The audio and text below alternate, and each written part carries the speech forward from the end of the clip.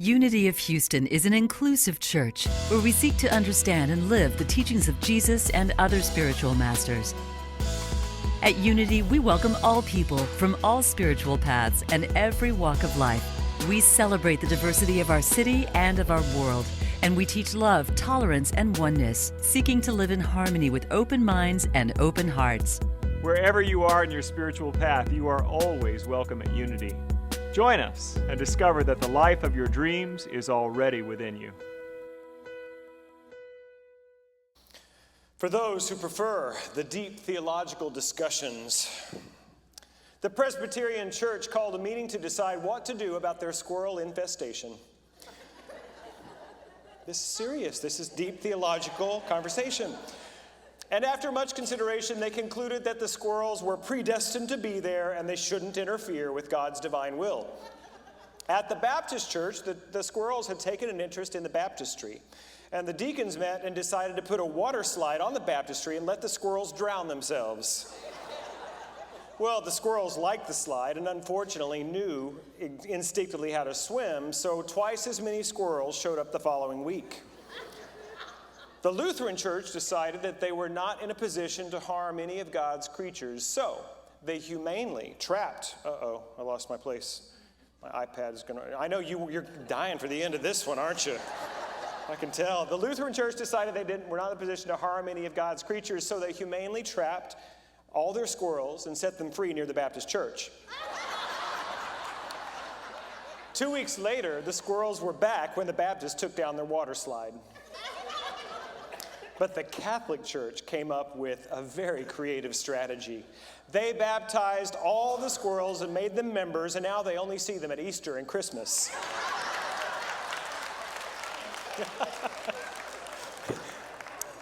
Not much was heard from the Jewish synagogue. They took the very first squirrel and they circumcised him. And they haven't seen a squirrel since.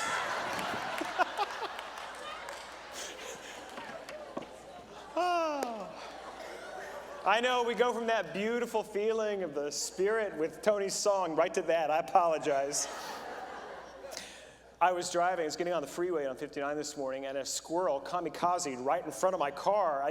And I didn't hit him, but I took that as absolutely a sign from God. I didn't know whether that meant I should tell that joke or not, though, so my discernment wasn't there. So today, this is part 3 of our prosperity series that we're doing this summer. It's prosperity in all ways. We're looking to see how we can interact with the principles that Jesus taught us about the abundant life and to experience that connection with divine source and supply in all ways in our life. And so Reverend Karen did a beautiful launch on the first Sunday this month to talk about how our financial life is absolutely part of our spiritual life, and that money is the transportable form of divine energy, and we can use spiritual principles to interact with it, to use it in a healthy way. It's beautiful, beautiful talk. Last week I talked about how our relationships are one of the ways that we experience abundance. When we have healthy, loving relationships of all kinds in our life, that is really, for me, one of the greatest ways, amen, that we experience abundance in our lives. And today I'm talking about this idea that what we're seeking truly is an experience of God, an experience of connection. I don't know how many of you have been following the 50th anniversary of the Apollo 11 moon landing. It's really inspiring to me. I was 3 years old. I don't have any direct memories of it, but I do remember being in front of the TV, I think maybe some of the later Apollo missions, and then definitely seeing the footage of the one small step for man, one giant leap for mankind, that image and that feeling. One of the things I'm noticing about that is that I'm having a moment of this expanded sense of possibility. Because it was in, I think, 1962 that President Kennedy declared that we were going to do this. The technology did not exist. There was no clear path on how it was going to happen. He just said, we will put a man on the moon by the end of this decade. And for me, that is a clear example of how powerful our intention is. That we don't have to know the how. We can simply say, this is what I am about. and that the very laws, the spiritual laws of the universe, support us in creating and manifesting, realizing what is known in the mind of God anywhere is known everywhere, that we can simply know it and then see it happen right in front of us. Amen? Another thing about this experience, that knowing that there were 650 million people, I think I read that watched it and experienced it, and that sense of collective humanity, like we have really done something. Definitely pride as Americans, we have that connection. Some of you may have the sense of, I know a lot of people here in our community have worked at NASA, and so we have even more of a direct connection here in this city to what happened and what was accomplished. And if you've never had a chance to go down there to Clear Lake and tour the NASA, it's incredible. Those giant Saturn V rockets, and you can actually see the original mission control that was used during those missions. It's incredible. Many of you may not be aware that Unity also has a very special connection to that event. The prayer that we pray at the end of our service every Sunday, the prayer for protection, written by Unity minister James Dillett Freeman. He's sometimes called the poet laureate of Unity. Buzz Aldrin took that prayer on the Apollo 11 mission with him. He's sometimes called the poet laureate of the moon, or the poet laureate to the moon. And then on a later Apollo mission, they took another writing from James Dillett Freeman, our own James Dillett Freeman. It was the poem that he wrote after his wife died. It's called I Am There. And that was converted to microfilm, and it was taken onto the surface of the moon and left there. So we have a direct connection. Can you feel? I could feel that. That feeling, that's what I'm talking about today. That our life is more than the mundane list of things that we have to get done. That we can have a feeling and an experience of we are more than we knew. Life is wanting to be bigger and more powerful, more loving, more peaceful, more possible in your life. That's what we're about. How do we cultivate that? And it's not about how much you get. It's not about how much you do. It's how much are you willing to be open to what is right here in front of you. Chip and Dan Heath wrote a wonderful book called The Power of Moments. They're brothers, and they talk about ways in which we can intentionally create more moments of meaning in our lives. And there are 4 ways that they suggest we do it. One is elevation. We create defining moments that rise above the everyday. Moments of insight, where we rewire our understanding of ourselves or the world. Pride, like we were just talking about, that feeling. Defining moments that capture us at our best. Moments of achievement, moments of courage. And connection. That's what we talked about last week. Defining moments that can be social. Weddings, graduations, baptisms, vacations, work triumphs, bar mitzvahs, bat mitzvahs, speeches, sporting events. Moments that are strengthened because we share them with others. They mentioned, there's a story in the first chapters of that book that really moved me.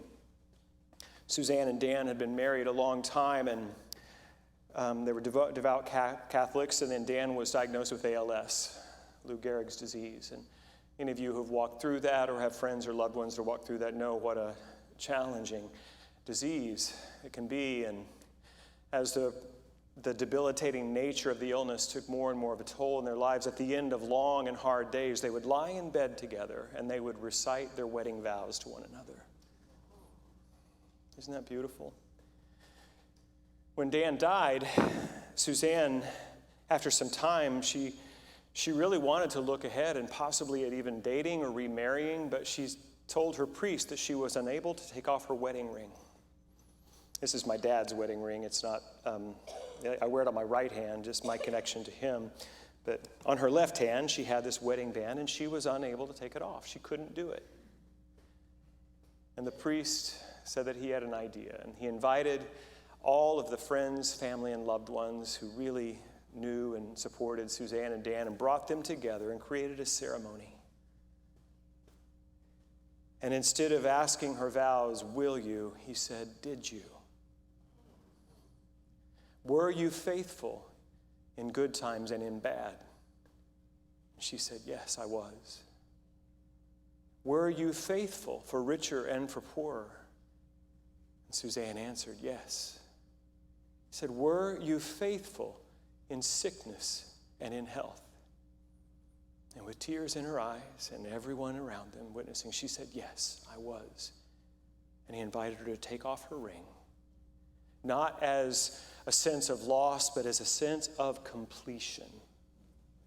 She had completed her vows. She took her ring and Dan's ring and had them joined and put on a frame with their wedding photograph.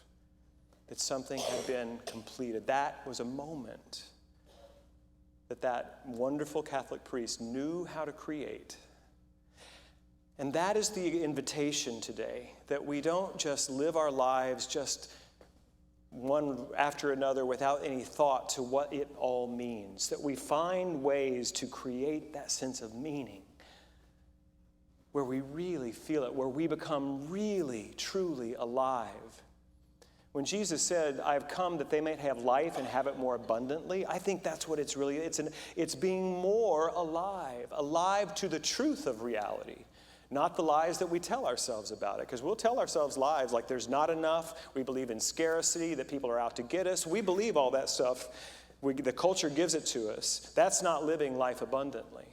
But we release all of the error thought, the false beliefs, the false identities. We let that go, and we live into the truth that there is only one power, one life.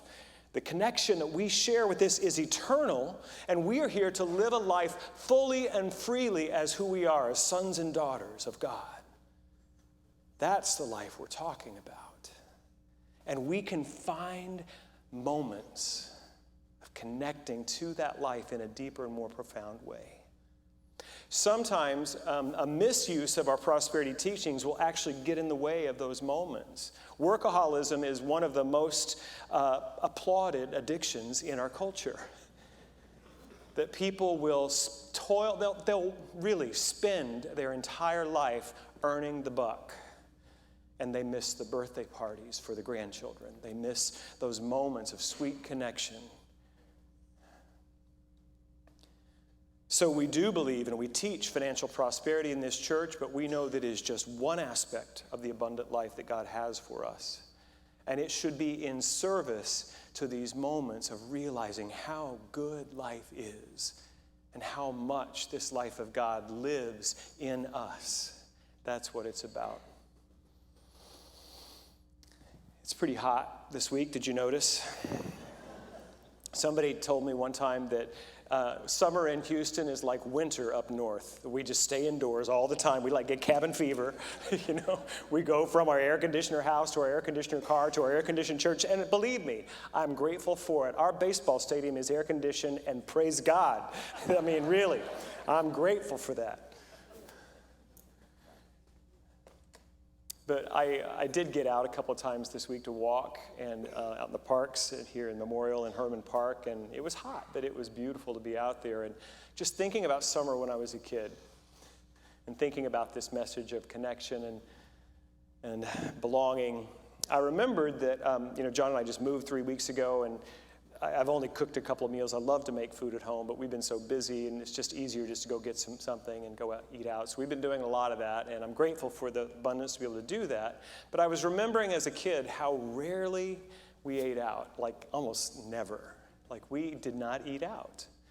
I remember maybe once a month we might go over to the next town over, Skytook, Oklahoma, and we'd call in an order to the Tasty Freeze, and we'd get hamburgers, and I remember after church sometimes on Sunday we'd do that, and I would always want to go because I wanted to smell those hamburgers for the 15 minutes to get back home, and just, such anticipation. It was, nobody else had that abundant big moment like I did. Loved that. But it was really special. But most of those meals, and I had some really great meals as a kid, it was food that my mother had prepared, and we sat down around a table, usually breakfast, lunch, and dinner. We said a prayer, and we had those meals as a family, and I thought nothing of it. It's just what we did. I would have much rather gone to McDonald's. But now I realize the power of the moments that my parents gave me in that connection. A lot of the food that we had, we grew. And I thought it was because we were poor, and well, we kind of were. I mean, we always had cars, and my parents always worked, and we had all of our needs were met. We didn't have a lot of extra money, and so I didn't know that a garden could be a thing with flowers in it. I thought that a garden was what you planted for food. And I didn't like it. It was a lot of work. I remember my dad would have a big garden in our backyard, and that was just for the potatoes. He would go around town, in our little town in Oklahoma, and anyone who had an empty lot next to their house, he's like, "Do you mind if I put in a garden in your place?" One summer, I remember we had 4, maybe 5 gardens around town. And my dad worked full time and then a couple other jobs in addition to his gardening. My mom worked, and so guess who had to go pick that stuff and hoe it and weed it? My dad had 3 boys, and we were out there doing it. Okra was the worst. It was like the devil's vegetable. I mean, I don't know if you've ever picked okra in summertime, but it is horrible. It has these like little tiny little spines, and they don't so much sting as they just prick the skin and then you itch like crazy. So to avoid that, we usually wear long sleeves in 100-degree weather with gloves and a knife. You pick the okra, and it was horrible. And then of course it would still get you between the sleeve, and it was awful. I remember we would sometimes have so much sweet corn that it would fill up my dad's pickup bed. And you go pick that corn, and then guess what you have to do? You have to shuck all that corn. And then green beans, I remember wash tubs, like the big galvanized wash tubs full of green beans, which you pick them early in the morning before it gets too hot, and then you sit under a tree and you snap those beans all day. I did not appreciate those moments. It was a lot of work. But my parents were teaching me something, and I didn't want the lesson, didn't ask for the lesson, but there were many lessons actually in it. I remember some great conversations sitting under that pecan tree, snapping those beans. My parents would, after my mom would freeze and can as much as she possibly could, we would take some of the other vegetables to some of the people in our neighborhood, in our community that couldn't grow a garden anymore. And they were so grateful to receive that fresh, good produce from the earth. So I learned about community. I learned a work ethic. My dad thought I was lazy, and he would tell me that because I didn't want to go pick the okra. But then when I got a job, when I was my first job, I was 15 years old, working in a convenience store. My bosses thought I had a great work ethic. I was just glad to be in air conditioning. And I worked a lot. In college, I worked all the way through college. They instilled within me the value of work. And I'm grateful for that. And all those connected moments that we had praying around those dishes. And I love to eat the okra, I'll tell you. It was good stuff. That it really is, what I believe what we're trying to do is connect and experience something about God, even in the okra. I know it's hard to believe. Stay with me. Thomas Troward, who was an early New Thought writer in the 1800s, and he talked about the 7 primary qualities of God. You may have heard me teach on this before, but they are life, light, love, power, peace, beauty, and joy. The list is actually infinite, but those are a good start. And that we want to connect and experience those qualities in our lives as we live and breathe in human form. That is why we're here, is to experience God as our life. And so whatever it is that is apparently not that in your life, it is there to show you we're not in it. We want to release that and get back to who we truly are. There's a lot of anxiety that's in our world right now, a lot of depression, epidemic levels of both. What are the antidotes to those? Peace, love, perhaps. See, we're trying to get back to God. Whatever name, whatever image you have for God, it doesn't matter. God, I love that song that Tony sung. God, the Father, the Mother, the presence of life itself wants you to know how loved and cherished you are, and it's only a prayer away, only a thought away, only a moment away from connecting to what we really seek. And it's not in getting that, whatever that thing is you think you need. It's not about that. I want to tell you a story. Last week we talked about Ruth and Naomi and the power of love in our lives to transform our experience. I want to tell you about Martha and Mary. Jesus had a close connection with this family, Martha and her sister Mary and her brother Lazarus, and they lived in a town right outside of Jerusalem. And that, Jesus was from Galilee. It's not a very big area, and his 3 years of active ministry and teaching was all around that place. And as he would travel, I think as often as he could, he would come back to this beautiful sanctuary of a home of Martha and Mary and Lazarus. This is recorded in 2 of the Gospels, in Luke and in John. In Luke, is that right? Doesn't matter. In one of the Gospels, it refers to it as the house of Martha, which was very unusual for the culture at that time because it was patriarchal, and so the brother should be the one that was listed as head of the household. It begins to give us a clue there about who these people were. We don't know if maybe Martha was widowed. We don't know exactly, but she was the head of the household. Martha knew how to run some stuff. She was getting the okra picked. She knew how to manage the home and their lives. She took care of her siblings. Well, one day Jesus came, and they knew he was coming, and Martha was preparing the household to receive him. And when he arrived, Mary, her sister, instead of helping her with the preparations, was seated at the feet of the teacher. I don't know if you know the international salute for the martyrs, but it goes like this. So Martha gave the salute. She came to Jesus and she said, "Jesus, will you please tell my sister to help me? I'm doing all this work." And she sits at your feet. Now, I was always, in my mind, I pictured it, I don't know if I was taught this, that Martha was cooking and cleaning. It's probably not the case, if this was a wealthy household and we're kind of given some clues that it was, she was probably directing the servants to do that. She was taking responsibility for the experience of hosting Jesus. She was directing things. She was being the one to make sure that everything was in order so that Jesus could have that sanctuary and rest and connection that he wanted.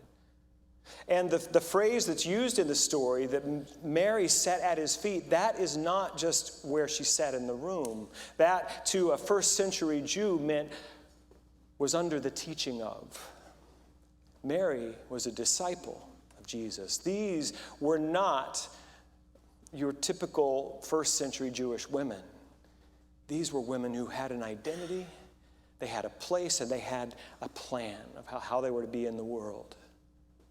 But Martha felt like Mary was not helping, that what Martha was doing was more important than sitting at the feet of Jesus in the teaching. And so she came to Jesus, and of course she loved her sister, but she said, "Jesus, tell her. Tell her to help me. I'm doing all of this. It's her responsibility too." And Jesus, with the gentlest and most loving of rebukes, he said, "Martha, many things need doing, but one thing above all others, and Mary has chosen the better part."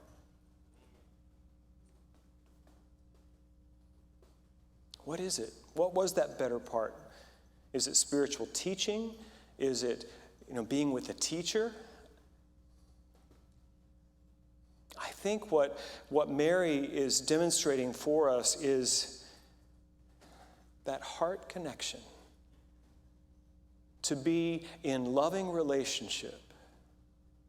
To be open. To not be consumed with the to-do list, but rather to be present to what's here. To feel that life of God. Charles Fillmore writes about these sisters in the Metaphysical Bible Dictionary, and he describes that what the idea of inviting Jesus into your home is metaphysical. It means we are to invite a relationship with the inner teacher, with a connection to spiritual principle, and we need both a Martha and a Mary within. Martha attends to all of the details and is about service. It's important. And Mary is about this inner receptivity and connection. They're both important, but Mary is more important. That when your service and your action in the world comes from this heart of love and devotion, then your action, your work in the world is transformed from the mundane to the sublime. I don't know if it applies to okra picking, but I'm guessing that it could. That you could bring such a merry heart for love and for God that everything you did came from that sense of devotion. That's in Luke chapter 10. There's 4 little verses in that part of the story. I want to skip to the last episode we have about Mary of Bethany. It was 6 days before the Passover, before Jesus makes his final entry into the city of Jerusalem, leading to his crucifixion and death. And they've gathered one more time in that beautiful home where he experienced such love and peace. No one was grabbing at him and asking him for miracles and asking him to do anything. He was just allowed to be with his beloved friends, Mary and Martha and Lazarus. And something must have been triggered in Mary's devotional heart, that she knew that something was changing in the world, and she was inspired to do something very strange. She went and she found an alabaster box filled with expensive perfume. The story tells us that they could have sold that perfume for a year's wages. And she brought it to where Jesus was seated, and she poured it upon his feet. And she wiped his feet with her own hair. What would that even mean? I mean, we don't understand the cultural meaning of these things other than it is deep devotion.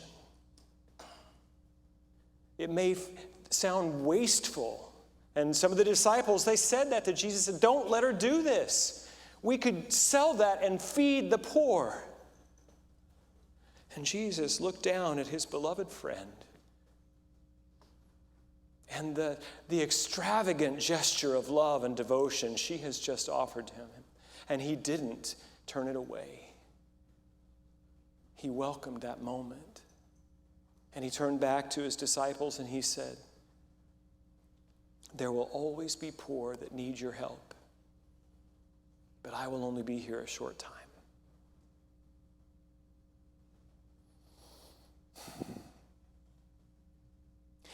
I had the great honor of leading a memorial service this past Tuesday, and it was a life well lived at 90 years old. She was well loved and accomplished, and it was a great celebration, and there was laughter and there were tears. And I said what I often say at a memorial is, you know, we have the birth date and then we have the death date, and then there's this hyphen in the middle. And that hyphen is where all of our moments, where all of our experiences lie. And the sad part is not that we're all going to die, and if you haven't gotten that memo yet, we are, at least in this form.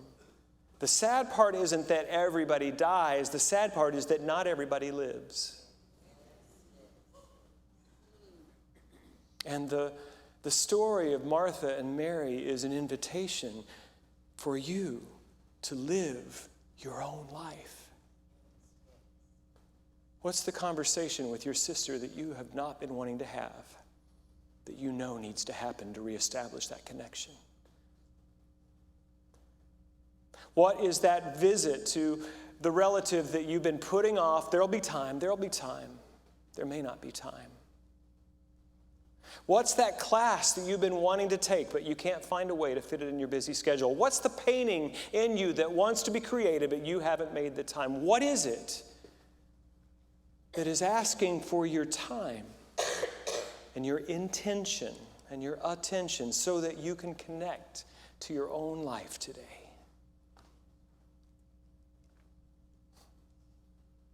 I look around this room and I see so much beauty. So much life that wants to be lived in this community. Don't miss it. Don't miss it. I love you. God bless you.